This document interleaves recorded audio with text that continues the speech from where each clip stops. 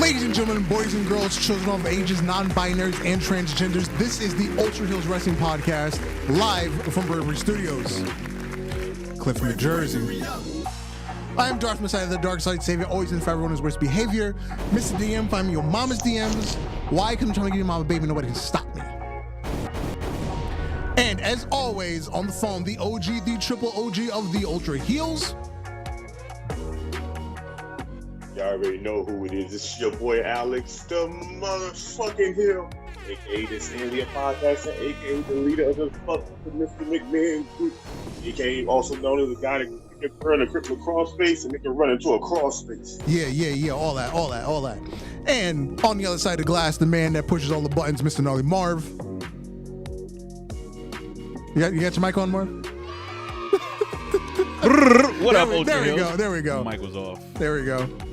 And before we get too far, that felt kind of weird. And before we get too far, happy birthday, Gnarly Marv. Happy birthday, Alex the Heel.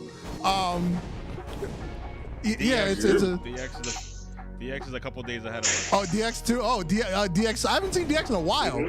He's saying that Malcolm is changing DX, bro. Well, so Detective DX then. Detective DX. It's not DX. Is he changing him for the better? I don't changing know. Him for the better or changing him for the worse? Yesterday he told me he couldn't hang out because he had to watch a Winx Club to do a review on the show. Wow. And I was like, what's Winx Club? And I Googled it and I was like, damn, bro, what are they doing to you? What are they doing to you? Detective DX is on the case. What up, DX? I was like, why they got you watching that, bro? It was like little fairies and like butterfly wings. I don't know. Was it like, is it like anime? No, it's no, like it's a live action. Oh, okay. Yeah. I mean, if it was like Sailor Moon kind of anime, I was like, okay, fine, but not even there. All right. Here's My Little Pony type of shit. All right, whatever. Teach their own. Teach their own. It's my Little Pony. It's My Little Pony. If it met basically Sailor Moon and then turned it live action. And then try to put it in the same universe as Sabrina on Netflix. Yeah, that's what it is exactly. Okay, that's really strange. So and it's editing. That's I haven't seen an episode of it yet. I saw the one trailer and I watched it like twice and I was like, yeah, no, hell the fuck no. It's your boy Commissioner Kelvin, the man who doesn't need an introduction, the man, the myth, the legend. Yeah. And we got straight out of the BX Borough. Peace and love, chopped cheese, and North Face jackets. George Jeff is here. Oh, he sees I got the North Face on. Nigga, it's cold. Alex, you the weather is insane here. Word, it's bad. We've had every type of precipitation except for hail in the last 36 hours. It's rained, it's freezing rain, sleet, snow. It's probably snowed like 4 different times. It's insane. Yeah, and every time we think the snow's gonna melt and go away, the next day it snows again. No, I'm just talking in the last 2 days. It snowed 4 different times. Yeah. Yo, we got Bruno in the chat too. Say, yo, what's good, my heels? Many blessings on Alex and Mar's born day. Salute, fellas. Shout out to Bruno. Rocky 3 is a good movie, man. You like Rocky 3? Let me tell you something. It's just something people say to each other. Oh, okay. Rocky 3, hey, you know, like Eddie Murphy. Let me tell you something. Down here, we supposed to have an ice storm. Right. They said it was going to rain, freeze over, ice in the morning. It's the 3rd day it's been raining. It has yet to be cold enough to even freeze over. Not here. Now you're talking about something we're supposed to get snow by 6 o'clock. It is 7:05. It is warm outside and not a cloud in the sky. Yeah, it's insane up here, man. The way you just said that, Alex, I want to see you as a weatherman now, like pointing at like the green screen. Yeah. That'd be dope. Bro, I couldn't be a weatherman because I'd be the most hoodest weatherman on the planet. I'd be like, my niggas, let me tell y'all something. In y'all city, it's over. It's going to snow. You're going to freeze. Get your North Face and your Timberlands out or your hoodie. I don't know the fuck. Wait. It's going to be what it is. I had to bring out the crusty 6-inch. Yeah. Kelvin, me and Kelvin was chilling on Twitch the other day. He said he had a blast. Thanks, man. I appreciate you, bro. I was trying to make that Captain Morgan bottle last 3 hours. It wasn't happening. Wow. Yeah, it did. Yeah, it wasn't happening. That shit didn't even last 1 hour. Oh, Omar, before we get into this wrestling talk, remember that podcast I sent you that had that the women on it. Yeah, Respect the Blackout. Yeah, so they only on they are only on OnlyFans, right?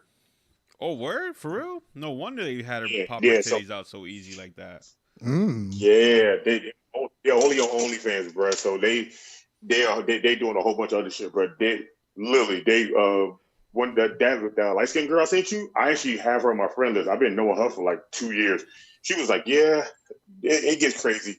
If you're down for to get down, like to just do whatever up there, because you just hang with they say it's like hanging with just a whole bunch of motherfucking niggas you just pop a titty out and nobody gives two flying fucks. I was like, what? Yeah, they were like, hey, can you show your titties? She was like, yeah, sure. Boom. I was like, whoa. I gotta watch this podcast.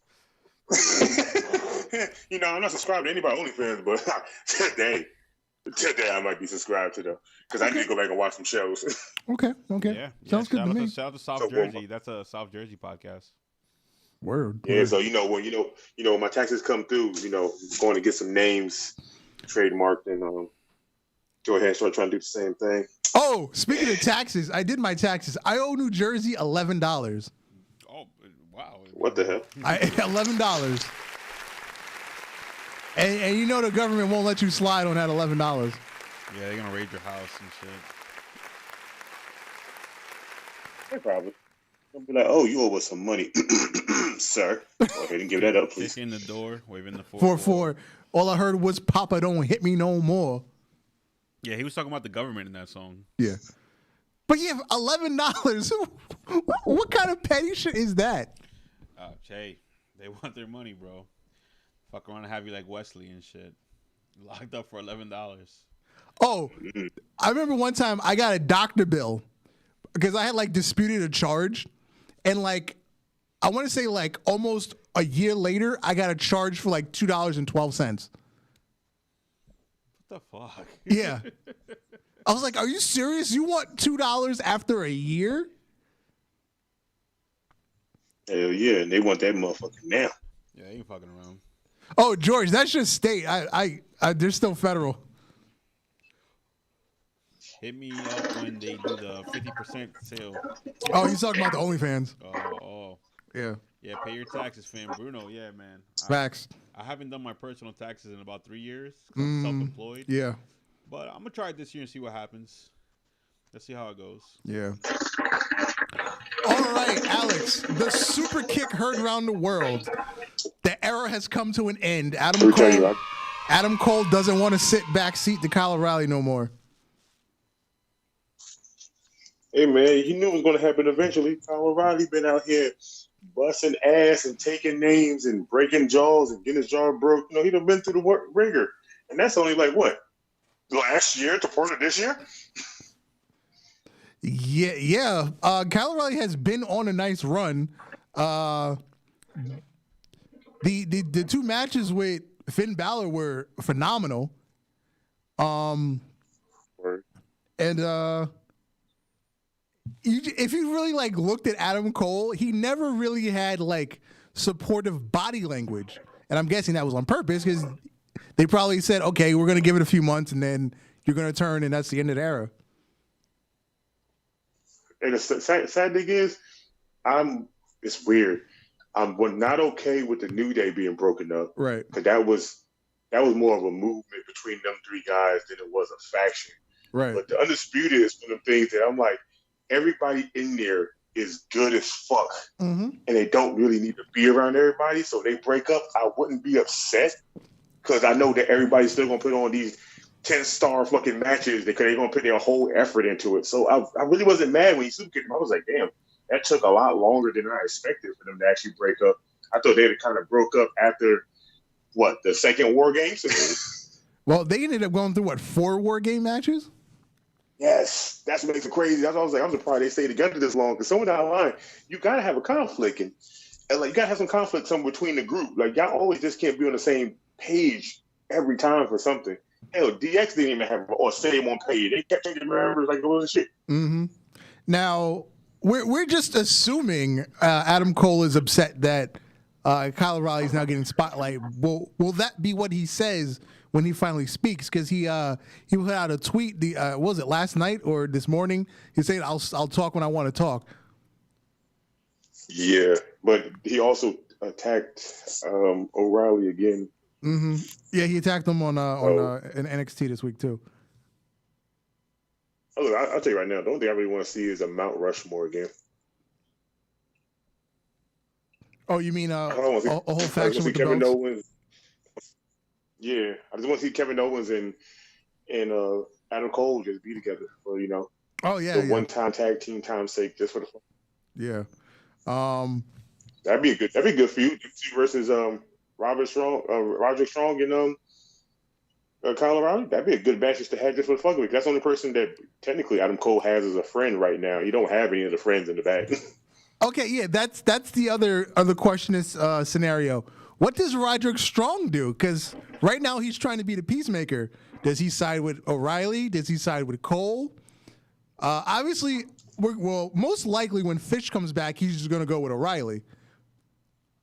So what does Roddy do? Basically, I guess Roddy goes back to the card of him being a single wrestler after a while, but Roddy had good single matches, but everybody that he fought that was in good single matches at this point now are all standing on the main roster. Yep. Except for Gargano and Ciampa, so yep, that just kind of leaves him left behind for nothing to do. Now, long term, does Cole end up on the main roster? Because I feel like he will end up going to the main roster. To be honest, I kind of want him to, but I just don't know what show do I want him on. SmackDown. Where would he benefit from? He needs to go to SmackDown because SmackDown is more tailored to ring workers.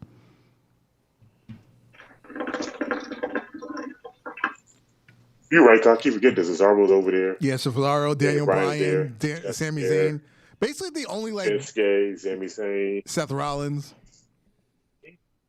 You're right. I just realized you're right. That is all. Well, technically, that's all ring work. So why is Ricochet not over there? Because he's a spot monkey. So spot monkeys kind of go to the other show because he's just like a flash. No, he's on this. Yeah, like he's a spot monkey, but they got Dolph Ziggler on SmackDown. We know he's a good show, but he's also a spot monkey too. Yeah. Well, I guess maybe you don't want both of them on the same show then. They could have put tag team champions on fucking Raw. I kind of liked it, Dolph Ziggler and Mr. Rude over on Raw more than I like them on SmackDown. On SmackDown, they don't do as much talking. On Raw, it was way more on the mics a lot more, and it made me excited to see them come out. Mm-hmm. The only thing I like to see is Adam Cole go to SmackDown, and they get to that talking smack, and Paul Heyman hype Adam Cole up like he's been doing everybody on that goddamn show. I swear to God, Paul Heyman. Every Saturday morning, it's like, damn, Paul Heyman put this person over. Bruh. He made people watch SmackDown for 2 weeks just to see what Apollo Crews was going to do, and nobody gave a fuck about Apollo Crews anymore. Paul Heyman's the GOAT, bro. We know this. Right. Bro, at this point right now, I swear, I need to find and see and Paul Heyman do cameo. If he does, I swear to God, I'm going to have Paul Heyman do my fucking thing so when I die, they can just play that video and Paul Heyman just sends me out like the best I could be. Oh, funny story. The advertisement announcements that they run at my job. Whoever recorded the last set of announcements, they started every ad with "Ladies and gentlemen." So every time it comes on, I just scream, "My name is Paul Heyman, and I am the advocate for the reigning, defending, undisputed Universal Heavyweight Champion, Brock Lesnar." That's epic, man. And everybody looks at me like, "What the fuck are you doing?" I was like, "Hey, like my bad." The guy said it on the fucking announcement. I have to finish it.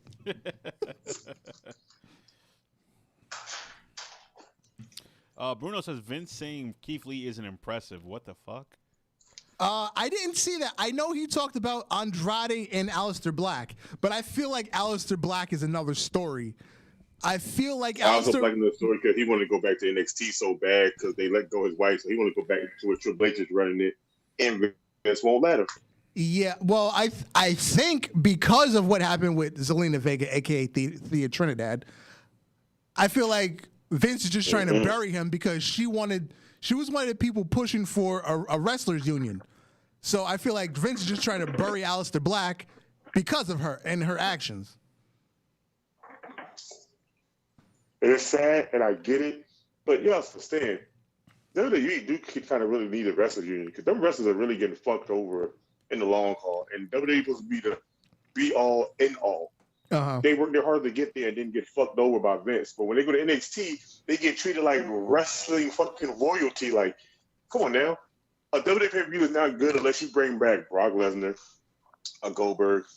You have either like Edge show back up, Christian show back up. You got the main roster has to bring back old legends to get the pop they used to get from the audience when it was there. NXT, they can bring out somebody nobody never heard of, and they just attack one person. That fucking arena goes the fuck off. Like, they don't have to do much, and they get treated better. And they're not even getting the same big pay as the main roster, but they get more shine than anybody on the big roster. And it sucks. Like, at this point right now, I love WWE just for certain wrestlers, but I swear I wish some of them would just quit and go like somewhere else and get treated better.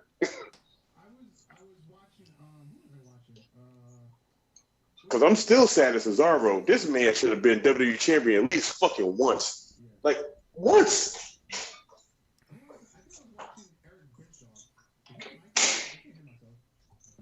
Talk now? Can you hear me?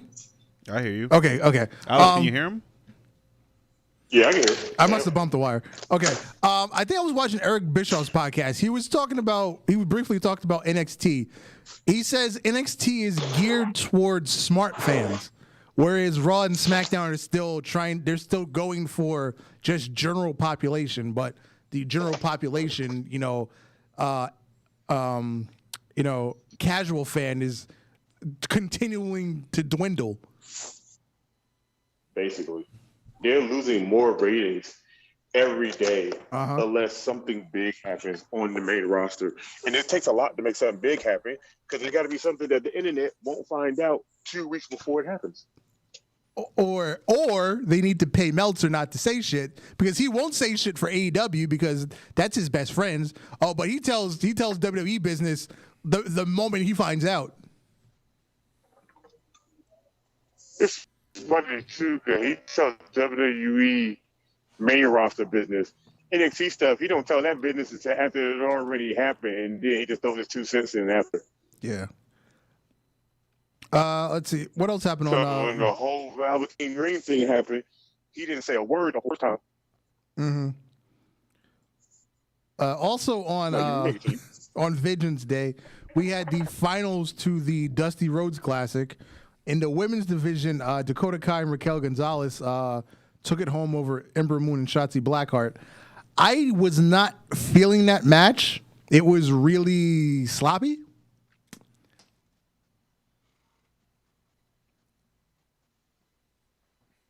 My roof is leaking over here. I can hear a little drop. It was sloppy, but can you hear me? Yeah. Okay, I'm sitting outside now. I should be loud, but I have an echo behind me. Gotcha. Yeah, like I said, the women's match on NXT is still better than any women's match on main roster at this point now. So even if it was sloppy, it's still better. Oh well, no, the tag match was sloppy, but the triple threat for the title, that was a good match. I was definitely feeling it. I was disappointed. I was disappointed that Io Shirai won. I feel like one of the other girls should have took the belt off of her, but whatever. You know what I mean? But I ain't gonna lie, Io Shirai should lose the belt now at this point because she has literally beaten everybody on that roster in tag team form, singles form, fucking war games. Like at this point now, Io Shirai has done more than Asuka has, and Asuka been on all 3 of the brands at this point, haven't she? Mm-hmm. Yep. So that's saying a lot.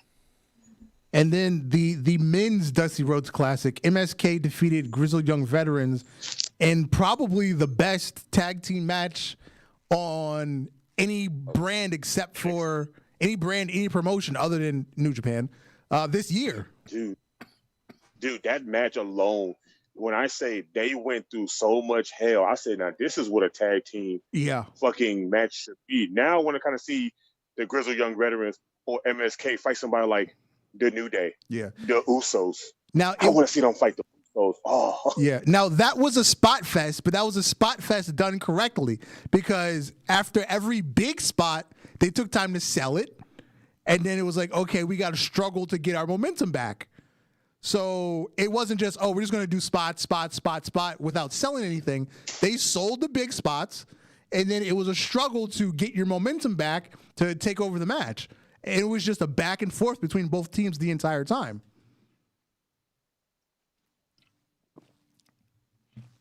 yes, and I'm not gonna lie. That I think I was more invested in that match more than anything else almost that whole entire night. Now, did you catch that they finally said what MSK stands for? Wade Barrett said it. Wade Barrett said it.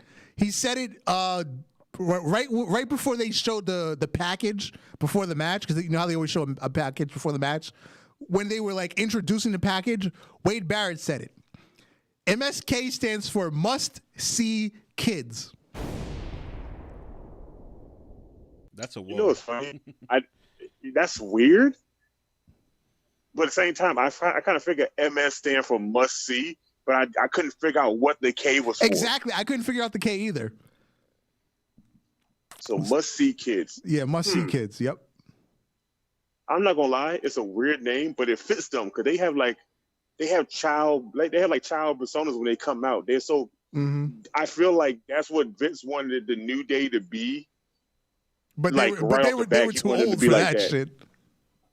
Yeah, they're made. To be honest, they're really made for a kid audience. Literally, they are probably the only tag team that's made for a kid audience without having to be something else to lead into this. They came out as themselves, and literally, they're just probably made for kids at this point. So Triple H is going to rake in money on NXT for the younger kids at this point now going forward. Mm-hmm. And on the pre-show to Vengeance Day, LA Knight has debuted. That's a weird name to give him, but I'll take it. That shit is so stupid. LA Knight. Oh, and did you see the article that came out yesterday? WWE filed the wrong trademark. They filed a trademark for LA Knight without the K. How the fuck did they fuck that up? I don't know. Go ask their legal team. Oh man, I ain't gonna lie. You know what I would do now if I was him?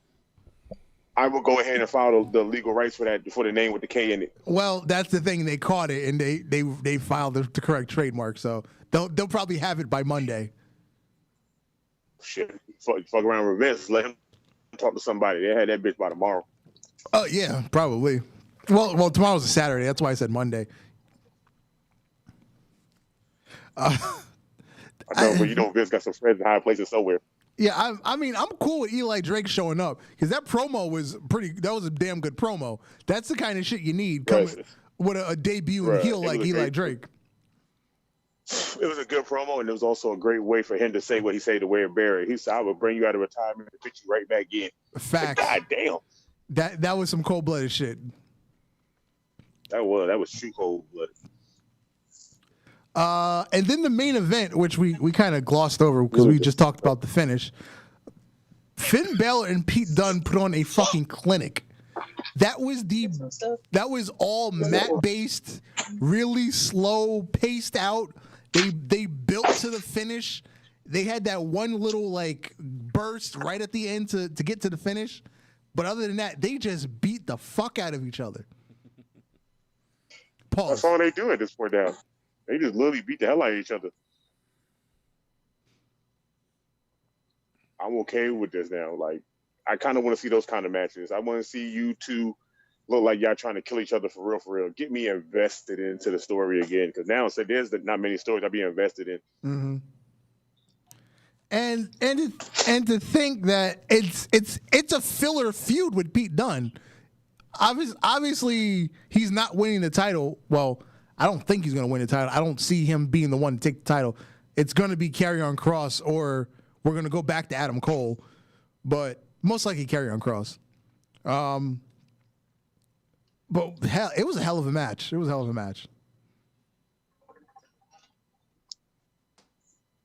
At this point right now, what do you give that pay-per-view? Overall, I'd give it a 4.25. I give it a 4.4. Okay, we're in the same ballpark. It would have been a 4.5 if the triple threat women's match didn't happen with that table shit.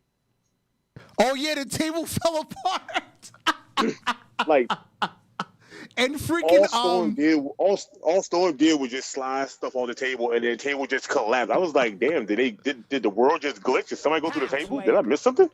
Who's the lead announcer? What is that? Josh? Not Josh. Is that Vic Joseph, the lead announcer? Yeah. He was like, "Oh, Toni Storm doesn't know her own strength." I was like, "Bullshit! Whoever put the table together didn't put enough screws in it for it to stay up long enough." It's like they literally puzzled that whole spot, and I was ready to see what was going to happen. Like, go to a table. Let's see what happens. Because if you noticed, Io Shirai ended up climbing the light stand. So somebody was going to end up on the table, and Io Shirai was going to go for that person. That was what was going to happen, but the table broke. I felt bad. I felt bad, and I thought it was also funny as hell. Yeah. I completely forgot about the table. I couldn't forget about it because, like, as soon as it happened, you know me, I pop on Twitter. As soon as something weird happened on any show, let me go see what they're about to say. People was like, okay, grab the table. How you doing? All right. Like, yeah, I was like, damn, that's fucking crazy. The table just collapsed. It's like them old Jack Pacific wrestling table. Oh, word. You had to snap them together. Yeah. You would snap them together, and the legs would either fall off, or the table wouldn't snap together, and it would just fall apart regardless. Everything. That's what I felt like. And I was like, God damn. My ropes didn't want to stay on my ring, bro. I just get mad as hell. Let's get caught up on the chat. Bruno said Nia and Shayna versus Dakota and Raquel should be interesting. I forget. Yeah, on NXT they did my whole part 4 because she said, "I'm gonna take that Dusty Classic boot, I'm gonna turn it sideways and shove it straight up your hole." Oh my God, son! Did you see Nia's face when she just looked around like she wanted to laugh? Yeah, she wanted to laugh so hard, but she kept it together though. She kept it together. Who would think that my hole would go on for 2 weeks? No. If you go on Twitter and go follow Naomi, look at her tweet. She said, "I got new entrance music," and it's her entrance music that she already has, and it stops, and it's a club version somebody made of Nia Jax saying "my hole," and Naomi cut it up for her dancing to it, and she said, "Thank you." He said, "Thank you for my new entrance music at Nia Jax." I said, "Oh my God, why did she do that?" And okay, I gotta find that after the show. Bruno said, I ain't gonna lie, it's a banger though. Bruno said MSK has a great future. Kelvin said, "I thought MSK stood for must see kill." I think that's what it is because I saw that too. But obviously WWE is not going to say kill. So Wade Barrett said must see kids. So I'm going with what Wade Barrett said because that's in universe. That's in WWE's vocabulary of words. Yeah. Bruno said MSK are most definitely Gen Z kids. I agree. They definitely are. They are. Then they were laughing. Everybody was laughing about LA Knight. Bruno said, "Oh my God, Finn and Dunn was an old school classic." Yep, definitely an old school classic. And then they were talking about the table falling apart. Let me tell you right now, that Pete Dunne and Finn Balor match, if Dusty was around. No, though. Oh yeah, maybe the YouTube is spinning. Maybe streaming. Spinning on your side too? Hold on, let me scroll back up. Nah, it's running unless it hasn't caught up. Hasn't hit a. Where should we go then? Oh, it did skip. Oh, okay. We're green now. We're green. Okay. Go right ahead. All right. Elimination Chamber. On SmackDown, the Tribal Chief, he said, "I'm not going in that chamber. What the fuck I look like? They can fight it out, and then I'll face the winner in the same night." I'm not gonna lie. When Roman said that, I said, you know what? For his persona and his character with Paul Heyman, that's the route he should go, and that's the route they should go with him. Yeah, well, fuck you mean I'm going in the chamber? I'm the Tribal Chief. I do what the fuck I want. Like I'm your motherfucking champion. I'm the one bringing in your views. I'm the one bringing in people that want to watch SmackDown. Why the fuck I need to go in the chamber and fight for a belt that I already own? How about you have them dumbasses fight for me and I fight who? Now Drew fighting in there makes sense. Yeah, because Drew is a fighting champion. Yeah, the babyface, Roman the is fighting not a fighting champion. Yep. Yeah, so it like whoever thought of that was genius.